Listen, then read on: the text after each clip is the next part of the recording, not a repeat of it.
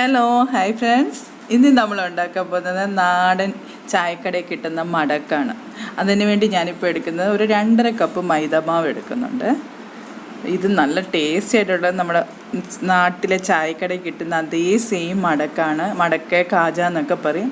ഇപ്പം ഞാൻ 2.5 കപ്പ് മൈദ എടുത്തതിലോട്ട് ഒരു 1/2 ടീസ്പൂൺ ഉപ്പിട്ട് കൊടുത്തിട്ടുണ്ട്. എന്നിട്ട് ഇതിൽ ഞാനിപ്പം നമ്മുടെ ടർമറിക് പൗഡറാണ് യൂസ് ചെയ്യുന്നത്. കളറ് വേണ്ട ഒരു കളർ യൂസ് ചെയ്തല്ലോ. പക്ഷേ ഏറ്റവും നമുക്ക് സേഫായിട്ട് നല്ലതായിട്ടിരിക്കുന്നത് ടർമറിക് പൗഡർ തന്നെയാണ്. അത് ഒന്ന് ഇളക്കി കൊടുത്തിട്ട് നല്ലോണം ഒന്ന് മിക്സ് ചെയ്തിട്ട് ഉപ്പും ആ ടർമറിക് പൗഡറും കൂടെ നല്ലോണം മിക്സ് ചെയ്തിട്ട് കുറച്ച് നോർമൽ വാട്ടർ ഉപയോഗിച്ച് കുഴച്ചെടുക്കുക. ഇങ്ങനെ തളിച്ച് കൊടുത്ത് നല്ലോണം ഒന്ന് മിക്സ് ചെയ്ത് നല്ലതായിട്ട് നല്ലൊരു ഡോ ഉണ്ടാക്കിയെടുക്കുക. നല്ല സോഫ്റ്റ് ആയിട്ടുള്ളൊരു ഡോ ഉണ്ടാക്കിയെടുക്കുക. നമുക്കിത് നല്ലോണം ഒന്ന് കുഴച്ചെടുക്കാം. ഇപ്പം നോക്കി, ഞാൻ മാവ് നല്ലോണം കുഴച്ചെടുത്തിട്ടുണ്ട്. ഇച്ചിരി ഒത്തിരി ടൈറ്റ് ആകരുത്, ഇതേപോലെ ലൂസായിട്ടിരിക്കണം. ഇപ്പം നോക്കി, നല്ല കളർ വന്നില്ലേ? നമ്മൾ മഞ്ഞൾപ്പൊടി ഇട്ടാൽ മതി, അതിൻ്റെ ഒന്നും ടേസ്റ്റിനൊന്നും ഒരു വ്യത്യാസം വരത്തില്ല. അതുകൊണ്ട് കളർ യൂസ് ചെയ്യാതെ നിങ്ങൾ മഞ്ഞൾപ്പൊടി തന്നെ ഇടുന്നതായിരിക്കും നല്ലത്. അല്ലേ, ഇതിപ്പം ഞാൻ ഒരു 2 പീസ് ആക്കുവാണ്. നമുക്ക് പരത്തിയെടുക്കാൻ ഈസി ആയിട്ടിരിക്കും. ഇനി ഇതെങ്ങനെയാ ചെയ്യുന്നതെന്ന് കാണിച്ചത്. ഇനി നമുക്ക് ഈ മാവ് പരത്തിയെടുക്കാമേ. ഇങ്ങനെ ഞാൻ 2ആയിട്ട് കട്ട് ചെയ്തില്ലായിരുന്നു, അതിൽ ഒരു ഭാഗം എടുത്തിട്ടുണ്ട്.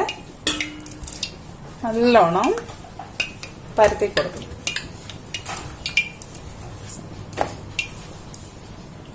കുറച്ച് പൊടി ഇട്ട് കൊടുക്കുവാണേ. കുറച്ചിട്ട് കൊടുത്താൽ മതി, കാരണം അല്ലെങ്കിൽ എണ്ണയിലിടുമ്പോൾ ഇത്തിരി കറുപ്പ് വരും, അതുകൊണ്ടാണ്.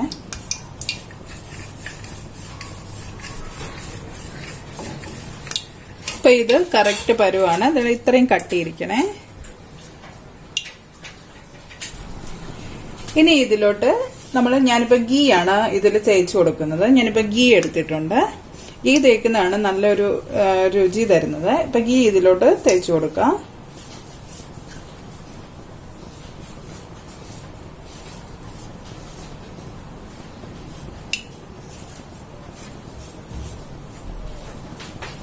ഇപ്പൊ ഗീ ഇതിൽ തേച്ച് കൊടുത്തിട്ടുണ്ട്.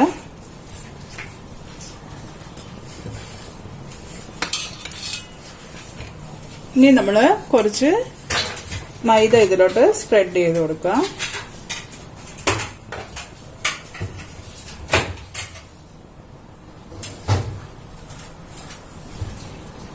ഇനി ഇത് നമ്മള് പതുക്കെ ഈ സൈഡിൽ നിന്ന് റോൾ ചെയ്യണം.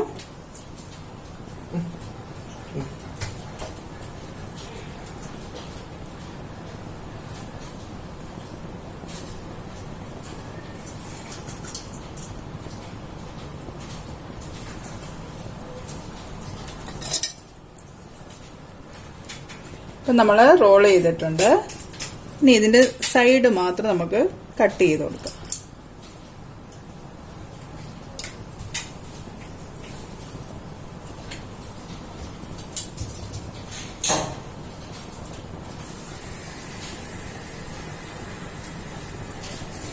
നമുക്ക് ഓരോ പീസ് കട്ട് ചെയ്തെടുക്കാം.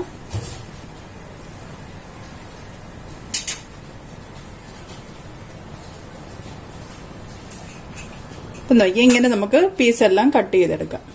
ഇപ്പം ഞാൻ ഇതെല്ലാം കട്ട് ചെയ്ത് വെച്ചു. കട്ട് ചെയ്ത് വെച്ചത് ഇതിന്റെ അകത്ത് നോക്കിയാൽ ഉണ്ടല്ലേ, ലേയേഴ്സ് ആയിട്ട് ഉണ്ട്. ഇത് നമ്മൾ പരത്തി ഫ്രൈ ചെയ്തെടുക്കുമ്പോൾ ഇതെല്ലാം നമുക്ക് ഇതുപോലെ ലേയേഴ്സ് ആയിട്ട് തന്നെ വരും. അപ്പൊ ഇതെങ്ങനെയാ പരത്തുന്നതെന്ന് കാണിക്കാമേ. അപ്പൊ ഇതിൽ മാവ് ഒന്നും ഇടണ്ട, ജസ്റ്റ് ഇതുപോലെ വെക്കുക. ഇത് നമ്മൾ ചെയ്ത ഈ 2 സൈഡ് ഇതുപോലെ വെക്കണം. ഇതുപോലെ വെച്ചിട്ട് ഇവിടെ ഒന്ന് പ്രസ് ചെയ്ത് കൊടുക്കുക. ഇങ്ങനെ നീളത്തിൽ.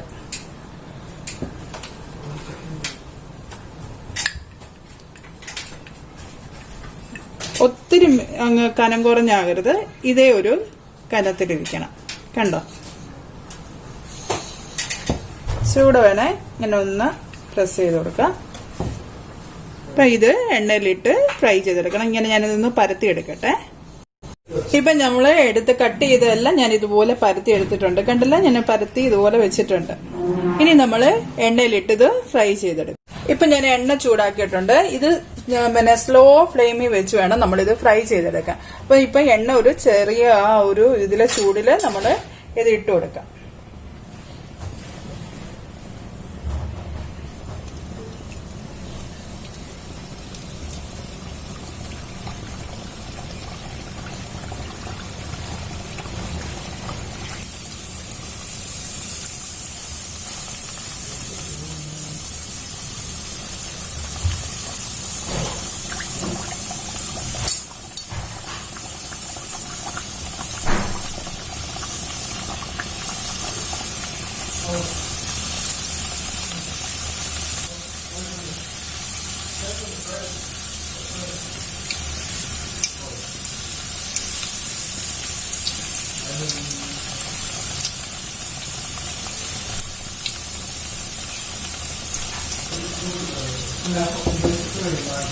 എപ്പോഴും നമുക്ക് ഒരു സ്ലോ ഫ്ലെയിമിലിട്ട് കുക്ക് ചെയ്യണമെങ്കിൽ ഇത് നമ്മൾ മുന്നേ ഇട്ടതൊന്ന് ഫ്രൈ ആവുന്ന സമയത്ത് നമ്മൾ ഒരെണ്ണം കൂടെ പുതിയതായിട്ട് ഇട്ട് കൊടുത്തു കഴിഞ്ഞാൽ ആ എണ്ണയുടെ ടെമ്പറേച്ചർ കറക്റ്റ് ലെവലിൽ നിൽക്കും.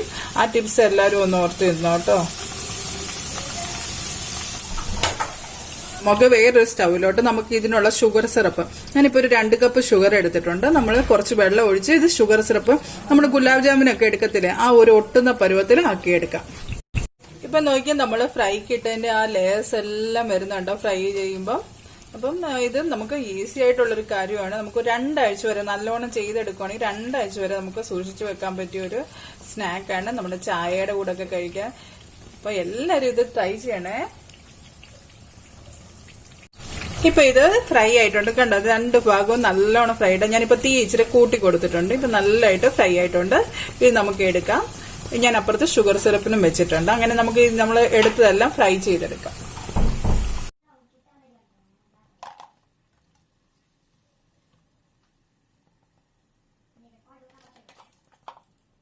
നോക്കി നമ്മുടെ ഇവിടെ ഷുഗർ സിറപ്പ് ആയിക്കൊണ്ടിരിക്കുന്നു. നമ്മുടെ ഇപ്പം ഇത് നമുക്ക് ഒരു അങ്ങനെ പരുവൊന്നുമില്ല, നമ്മൾ കുറച്ചൊന്ന് ഒട്ടുന്ന പരുവം വേണം, ഇച്ചിരൂടൊന്നും ആവണേ. ഇപ്പൊ ഞാൻ ഇതിൽ ഇച്ചിരി ഒരു ഫ്ലേവറിന് വേണ്ടി ഏലക്ക പൗഡർ ഇച്ചിരി ഇട്ട് കൊടുക്കുന്നുണ്ട്.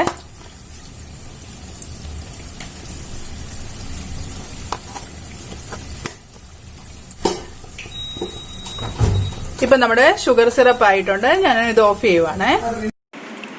ഇപ്പോൾ ഇവിടെ ഞാൻ ഷുഗർ സിറപ്പ് റെഡിയാക്കി വെച്ചിട്ടുണ്ട്. ഇതിന് നമുക്ക് 2 രീതിയിൽ ചെയ്യാമേ. നമ്മൾ ഉണ്ടാക്കി വെച്ച കാജയിലോട്ട് നമുക്ക് ഷുഗറും ഏലക്കയും കൂടെ പൊടിച്ച് പൗഡർ ഇട്ട് കൊടുത്താലും നല്ലതാണ്. പിന്നെ നല്ല മധുരം വേണ്ടവർക്കാണ് ഇങ്ങനെ ഡിപ്പ് ചെയ്തെടുക്കുന്നത്. നല്ല ക്രിസ്പി ആയിട്ട് വേണ്ടവർക്ക് ഞാൻ ഈ വറുത്ത് വെച്ചതിൻ്റെ മുകളിലായിട്ട് ഷുഗർ പൗഡർ ഇട്ട് കൊടുത്താൽ മതി. അപ്പോൾ നല്ല ക്രിസ്പി ആയിട്ടിരിക്കും. അല്ലാതെ എല്ലായിടത്തും ഷുഗർ വേണമെന്നുണ്ടെങ്കിൽ ഇതുപോലെ ഡിപ്പ് ചെയ്തിട്ട് നല്ലോണം ആറാൻ വിടുക. അപ്പം ക്രിസ്പി ആയിക്കോളും. ഇതുപോലെ ഓരോന്ന് മുക്കി ഒരു ട്രേയിലോട്ടാക്കി വെക്കുക, അല്ലെങ്കിൽ നല്ല കണ്ണുള്ള ഒരു പാത്രത്തിലോട്ടാക്കി വെച്ചാൽ ആ ഷുഗർ സിറപ്പ് താഴോട്ട് പൊയ്ക്കോളും. ഇങ്ങനെ ഇതുപോലെ എല്ലാം നമുക്ക് ചെയ്തെടുക്കാമേ. ഞാനിപ്പോൾ ഈ ട്രേയിലോട്ടാക്കിയിട്ട് ഞാൻ വേറൊരു പാത്രത്തിലോട്ട് മാറ്റും. അപ്പോൾ ആ ഷുഗർ സിറപ്പ് ബാക്കിയുള്ളതെല്ലാം അതിങ്ങി പോരും. ഇപ്പം ഞാൻ ഇതെല്ലാം ഷുഗർ സിറപ്പിൽ ഡിപ്പ് ചെയ്ത് വെച്ചിട്ടുണ്ട്. കണ്ടോ, ഇതുപോലെ ഞാൻ ഒന്ന് ഒരു ഗ്യാപ്പ് വിട്ട് ഇങ്ങനെ വെച്ചിട്ടുണ്ട്.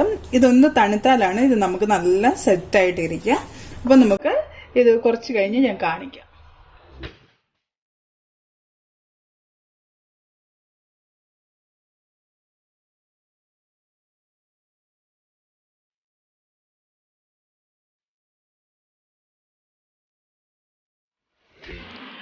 ഈ റെസിപ്പി നിങ്ങൾക്ക് ഇഷ്ടപ്പെട്ടാൽ എല്ലാവരും ലൈക്ക് ചെയ്യുക, ഷെയർ ചെയ്യുക, സബ്സ്ക്രൈബ് ചെയ്യുക. അപ്പോൾ നമുക്കിനി അടുത്തൊരു റെസിപ്പിയിൽ ഉടനെ കാണാം.